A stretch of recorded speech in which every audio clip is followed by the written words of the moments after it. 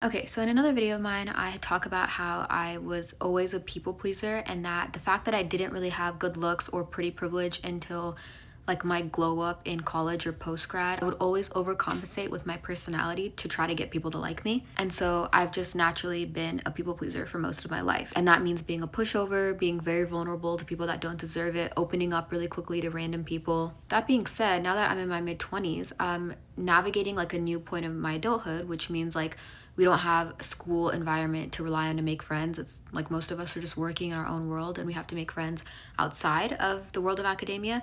And that being said, I have learned how to just stop being disrespected. And at first, being a people pleaser, I don't naturally have the incline to think that people are just disrespecting me off the bat. I have the mentality that everyone's innocent until proven guilty, not that everyone's guilty until proven innocent. But over time, I've learned how to become very confrontational and just like when I have a problem with someone now, or if I don't like the way someone is treating me, especially when it comes to friendship, I just voice it now instead of just assuming that they will catch on or kind of pushing it under the rug and then letting myself get disappointed or disrespected within my relationships. So here are a few tips that I've learned along the way.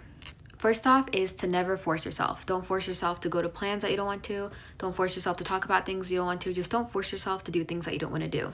Obviously, it's good to get yourself out of your comfort zone because your comfort zone will kill you. So I'm not saying to avoid things that push yourself out of your comfort zone, but if you genuinely just don't feel like doing something, just don't do it. For example, like I am on the introverted side now and I really like prefer my alone time and staying at home, but I do like the occasional outings with my friends. But sometimes like if they make plans to do something that is not of my interest, instead of making an excuse to just stay home, I literally just say like, hey guys, thank you for the invite. I actually just don't want to go to this, so I'll see you next time. To me, that is a lot more respectful to my friends by just clearly communicating that I didn't want to do something instead of me showing up and like not being 100% there or like not being able to have fun while I'm there because I didn't want to go in the first place. This is along the same lines of talking about things too. If someone's asking you a personal question and you don't feel like answering it, there's no reason to lie or be vague. Just say, I don't feel comfortable talking about that.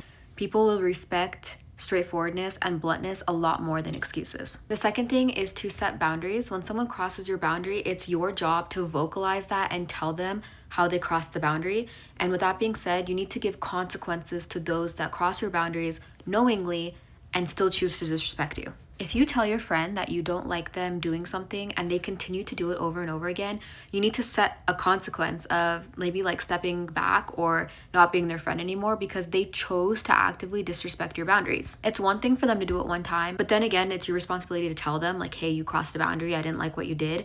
But if they do it after that, they're knowingly doing that. It is your job in your relationships, friendships, everything to let people know that there are consequences to their actions.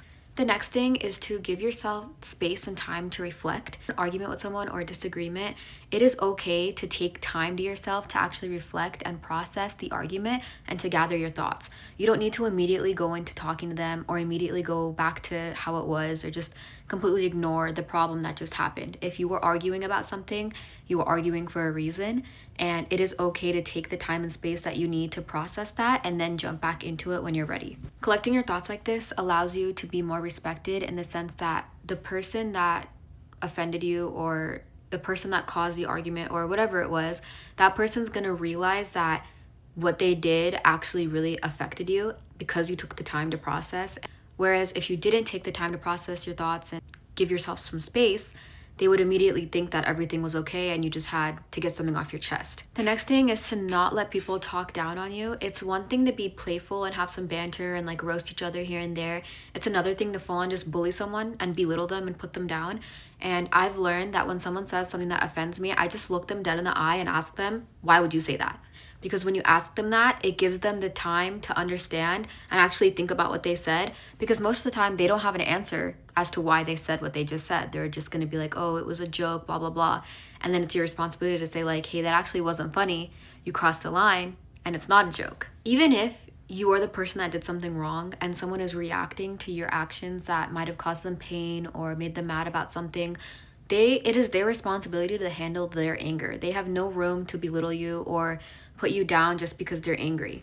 Don't let anyone think that they can treat you differently just because you're you. Like, you deserve the same respect as everyone else in their life and as a stranger. If they're not going to talk to a stranger the way they talk to you, then they don't deserve to talk to you like that. I watch a lot of the Wizard Liz's YouTube videos. I think she speaks really forwardly and gives great advice. And one of my favorite quotes from her is that toxic people will blame you for your reactions, but never for the way they act. People are not always gonna like you for setting boundaries, but I'd rather be respected than liked. Obviously, this is a lot easier said than done. Like, if you're naturally a people pleaser, you're not gonna go straight into being confrontational and defensive and like being able to stick up for yourself immediately. But as long as you start small and start somewhere, it's better than not starting at all. It's very important to give people what they give you. I think the people that you surround yourself with should bring out the best in you, and they should point out your flaws and let you know where you can be a better person and how to improve on those things.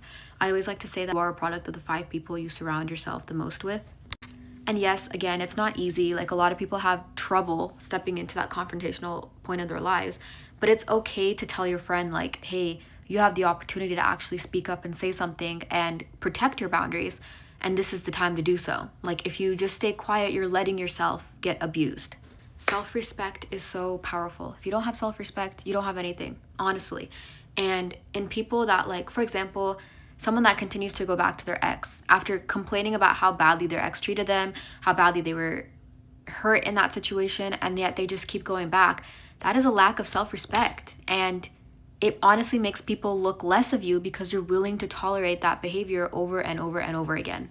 Yes, there are always situations where there's 2 sides of the story, and people could be putting up with the disrespect for a certain reason, or that there could be a lot of pros and cons and you just happen to only be hearing about the cons. But if you notice that your friend is just being stepped on and being disrespected and their boundaries are being abused, then as a friend, like, you are a good friend if you tell them that. Again, I fully understand how this behavior is not like natural, or it doesn't come easy to a lot of people, especially if you start off as a people pleaser, but these are just some things that I have picked up over the course of the last few years, especially from watching The Wizard Liz. Shout out to her, I freaking love her videos. But I am also in a learning and growing phase, so I'm not perfect either, and these are not things that I've learned to master. Like, there are many times that I see myself getting disrespected and I still put up with it because, again, there are circumstances that allow so. But as long as we start somewhere and start small, at least you're starting. And always remember that toxic people will blame you for their reaction, but never for the way they act.